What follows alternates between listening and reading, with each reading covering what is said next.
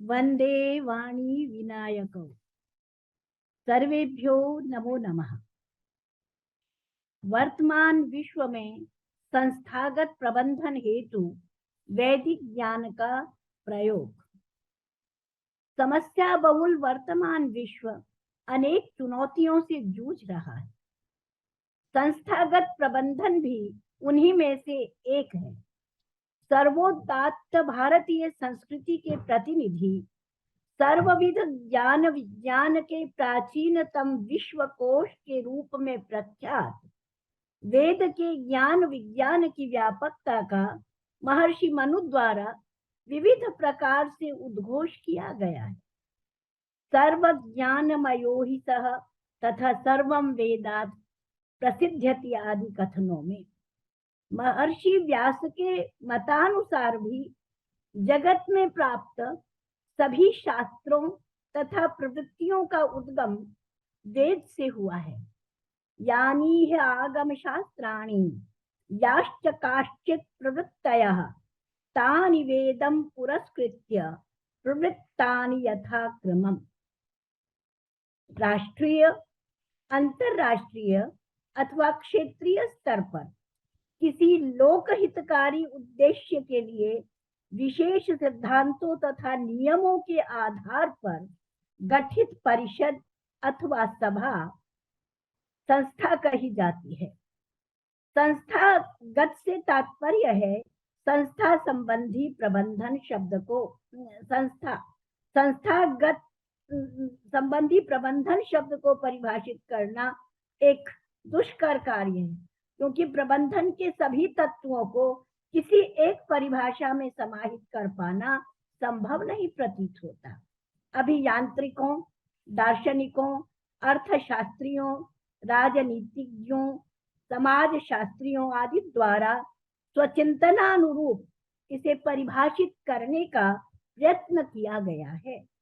George R berry तथा Stephen जी Franklin की पुस्तक प्रिंसिपल्स ऑफ मैनेजमेंट प्रबंधन के सिद्धांत में प्रबंधन की परिभाषा कुछ इस प्रकार से दी गई है। प्रबंधन मानव द्वारा नियत उद्देश्य की प्राप्ति के निमित्त स्वसाधनानुरूप क्रियमाण नियोजन, संगठन, अभिप्रेरण तथा नियंत्रण आदि क्रियाकलापों की एक विशिष्ट प्रक्रिया है।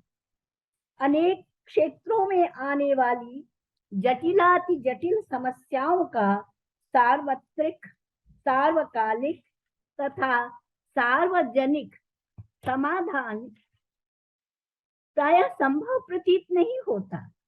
केवल वेद ही ऐसे अलौकिक ग्रंथ हैं जिनमें यह संभव है।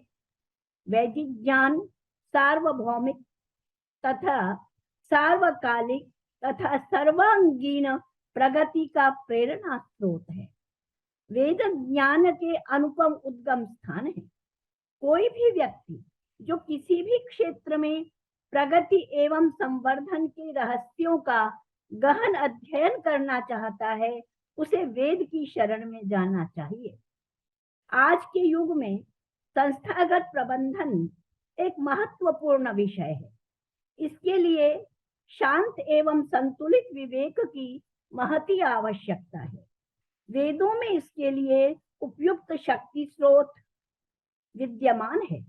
यदि वैदिक वाङ्मय में निगूढ़ रहस्यों का समुद्घाटन कर संस्थागत प्रबंधन में प्रयुक्त किया जाए तो भारत अंतरराष्ट्रीय स्तर पर गौरवान्वित होने का सौभाग्य प्राप्त कर सकता है। यज्ञ को वेद के प्रमुख अंग के रूप में स्वीकार किया गया है। अयम यज्ञो भुवनस्य नाभिः। यज्ञ में इदन्न मम सेवा, प्रेम, संगठन तथा दानादि के पावन भाव संस्थागत प्रबंधन के गहन समुद्र को पार करने के लिए सुदृढ़ नौका के समान है। इदन्नमम से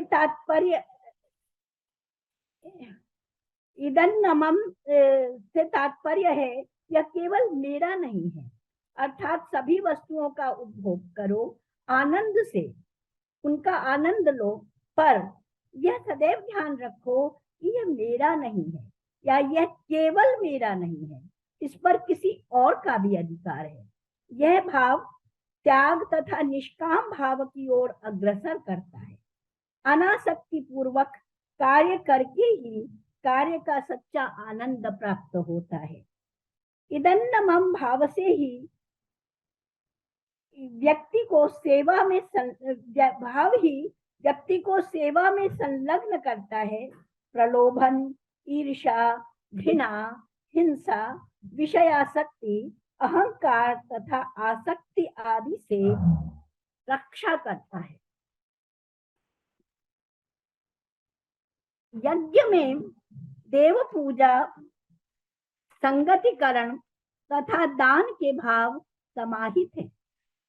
देव पूजा से तात्पर्य गुरुजनों, अतिथियों, देवता आदि के प्रति श्रद्धा का भाव है। इसका सुपरिणाम यह होता है कि देव पूजा भाव से युक्त व्यक्ति अपने विचारों, मृदु व्यवहार तथा सुकर्मों के परिणाम स्वरूप अपने सहकर्मियों, समान पदाधिकारियों, ज्येष्ठों तथा कनिष्ठों सभी से सम्मान प्राप्त करता है। ऐसा व्यक्ति सभी के प्रति वैसा ही व्यवहार करता है जैसे कि वह स्वयं अपेक्षा रखता है। उसके मन, वाणी तथा कर्म में प्रायः सामंजस्य रहता है। संगतिकरण संस्थागत प्रबंधन में अत्यधिक उपयोगी है। इसके अनुसार छोटे बड़े सभी की भूमिका का महत्व समझा जाता है। अज्येष्ठासो अकनिष्ठासः एते संभ्रातरो व्यावृधु सौभगाय। न कोई बड़ा है न छोटा, सभी मर्दों के समान सौभाग्य प्राप्ति के लिए एक दूसरे को आगे बढ़ाते हैं। ऐसे में प्रतिस्पर्धा नहीं, पारस्परिक सहयोग द्वारा संस्था की समृद्धि संभव हो पाती है।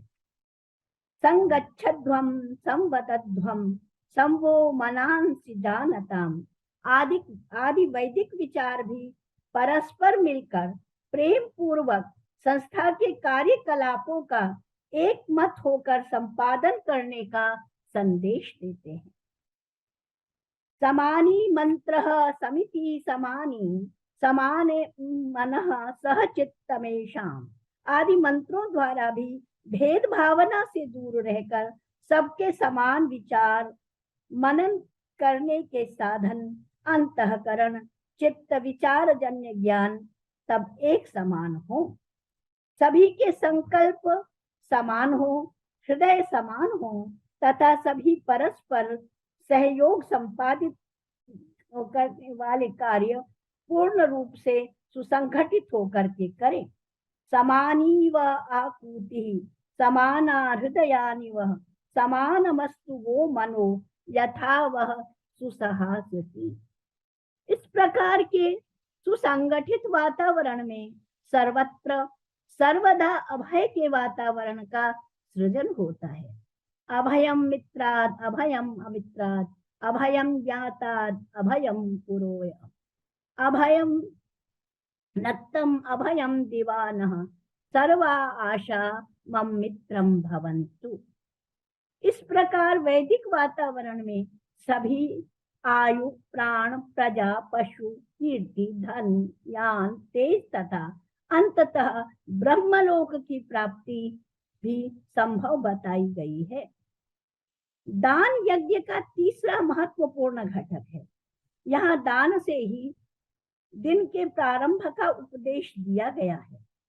प्रभु प्रार्थना तथा प्रभु को धन्यवाद प्रदान करना, प्रकृति, गुरुजन संबंधी सभी के प्रति धन्यवाद ज्ञापन तथा छोटों के लिए आशीर्वाद, सभी के प्रति प्रेम, प्रशंसा आदि अभिव्यक्त करने का संदेश वेद प्रदान करते हैं। अर्थात प्रातः काल सभी के प्रति कुछ देने का भाव, कुछ समर्पण करने का भाव यहाँ पर बताया गया है। अथर्ववेद का संदेश है, शतहस्त समाहर सहस्त्र हस्त संकीर्ण। 100 हाथों से अर्जन करो तथा हजारों हाथों से उसका दान करो। इस प्रकार यह सिद्ध हो जाता है कि संस्थागत प्रबंधन हेतु यज्ञ एक मौलिक साधन है।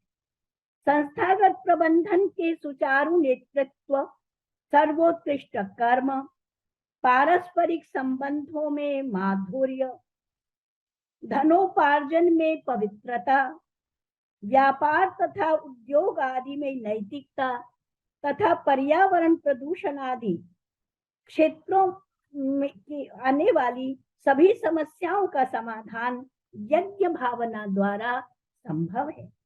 नेता में कुशल संगठन बनाने की क्षमता, कार्य कुशलता में सभी को प्रोत्साहित करके, सभी की प्रशंसा करके अभिवृद्धि करने की क्षमता, संस्थागत उद्देश्यों की प्राप्ति हेतु मित्रतापूर्ण मधुर व्यवहार से सफलता, पवित्रता, निडरता, जागरूकता तथा सत्यवादिता और नीति निपुणता से सत्कार्यों की प्रेरणा देते हुए अनुशासनहीनता आदि में दंडित करते हुए संस्था को सुदृढ़ बनाए रखना तथा समृद्ध कर पाने की योग्यता अनिवार्य है। सर्वोत्कृष्ट कर्म यज्ञ की भावना से इन सभी कार्यों का संपादन करते हुए, पारस्परिक संबंधों में माधुर्य का सृजन करते हुए, धनोपार्जन में पवित्रता का भाव, सभी क्रियाकलापों में नैतिकता को प्रोत्साहन आदि संभव है। और इसमें प्रदूषण निवारण या पर्यावरण प्रदूषण भी एक बहुत बड़ी समस्या है। वर्तमान जगत की प्रमुख समस्या पर्यावरण प्रदूषण का समाधान भी यज्ञ द्वारा संभव है, इसमें किसी को संदेह हो ही नहीं सकता। बहुत से औषधीय द्रव्यों को यज्ञ सामग्री में मिश्रित कर यज्ञाग्नि में आहूत करने से पर्यावरण शुद्धि संभव है। इस प्रकार निष्कर्षतया कहा जा सकता है कि वेद विहित संस्थागत प्रबंधन के सूत्रों को अपनाकर भारत वर्तमान विश्व में गौरव प्राप्त कर सकता है। धन्यवाद।